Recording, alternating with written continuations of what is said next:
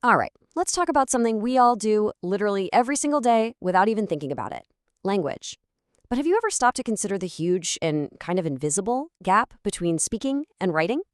That's what we're diving into. Okay, let me ask you something. You send a voice note to a friend. Is that speech or is it writing?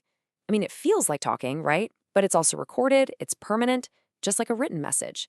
This little modern day puzzle is the perfect way to kick things off because it gets right to the heart of our big question. What is the real difference? So, before we can really get into what makes them different, we've got to figure out what makes them the same. What are the fundamental building blocks that make any human language, well, language in the first place? This quote from the linguist Edward Sapir, it just nails it. The two words to really focus on here are purely human and non-instinctive. And that's a huge deal. Think about it. A bee does its little waggle dance, a dog barks. That's all hardwired instinct. But us? Our language is this incredibly complex system that we actually have to learn. It's basically a technology, an invention that we pass down from one generation to the next. Okay, so if language is an invention, what's the secret recipe? What are the ingredients that make it so powerful? Well, for that, we can look to another brilliant linguist, Charles Hawkett.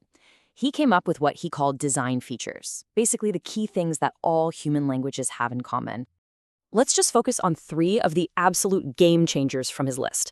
First up, we've got displacement. This is huge. It means we can talk about stuff that isn't happening right here, right now. We can talk about last week or our plans for next summer.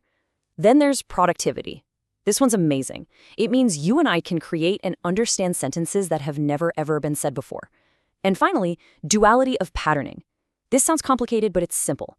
We take a handful of meaningless sounds, like P, A, and T, and we can rearrange them to make meaningful words, like pat, tap, or apt.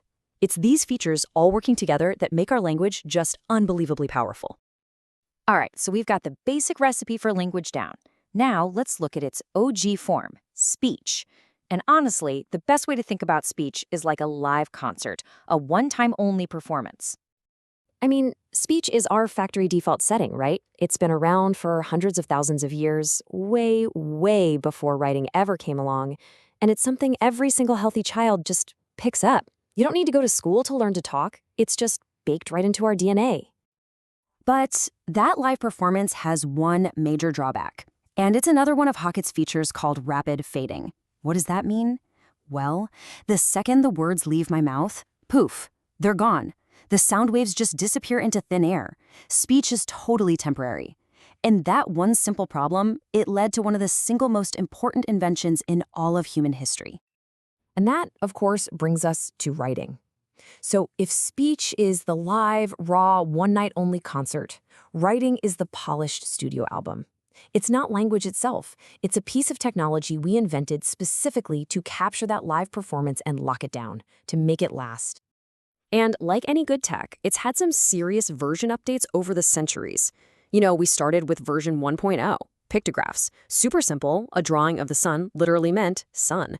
Then we got an upgrade to syllabic systems, where symbols stood for whole syllables. And then came the big one, alphabetic systems, like what we're using right now, where each symbol represents just one tiny sound. Absolutely genius. So what writing does fundamentally is it solves that rapid fading problem. It takes language and it freezes it. It turns a fleeting sound into a permanent record, something you can edit, you can perfect, and you can send across the entire planet or even across centuries. Okay, so we've got our two heavyweights. In this corner, speech, the live performance. And in this corner, writing, the studio recording. Now let's put them head to head and really break down the differences. And this chart just lays it all out so clearly. Let's start with permanence. We've hit this one already. Speech vanishes, writing sticks around. And that one difference changes everything else. Take structure. When we're talking, it's messy, right? We use half sentences, simpler grammar, because it's all happening on the fly. But with writing, you can build these beautiful, complex, perfectly crafted sentences. Then there's vocabulary. When we speak, we tend to use simpler words and a lot of fillers, like, sort of. Writing pushes us to be more precise. Context is a big one too. In a conversation, I can just say, hey, look at that over there, and you know what I mean. A writer has to build that whole world using nothing but words on a page. And finally, feedback. When we talk, I can see your reaction instantly. A writer sends their work out into the void and, well, they might not get any feedback for days or months or ever. So, okay, the lines seem pretty darn clear, don't they? Speech is one thing, writing is a totally different beast. But remember that voice note we started with? In the world we live in now, are those clear lines starting to get a little fuzzy? I mean, for pretty much all of human history, the system was simple. You talk to people who are near you, you write to people who are far away. Easy. But then digital technology came along and just threw a giant wrench into that whole system. Just think about it for a second. Texting, some linguists actually call it fingered speech. It's writing, sure, but it's as fast and informal as a real conversation. And what about emojis? They're a clever little way of cramming all that missing body language and tone of voice back into our writing. And then we're back to the voice note. It's actual speech, but you can save it and listen to it later, just like writing. We are totally mixing and matching the rules like never before. And that leaves us with one last, kind of mind-bending thought. We've spent all this time carefully drawing a line in the sand between speaking and writing. But as our technology keeps inventing these weird new hybrids, you have to wonder, is that line going to be there at all in the future?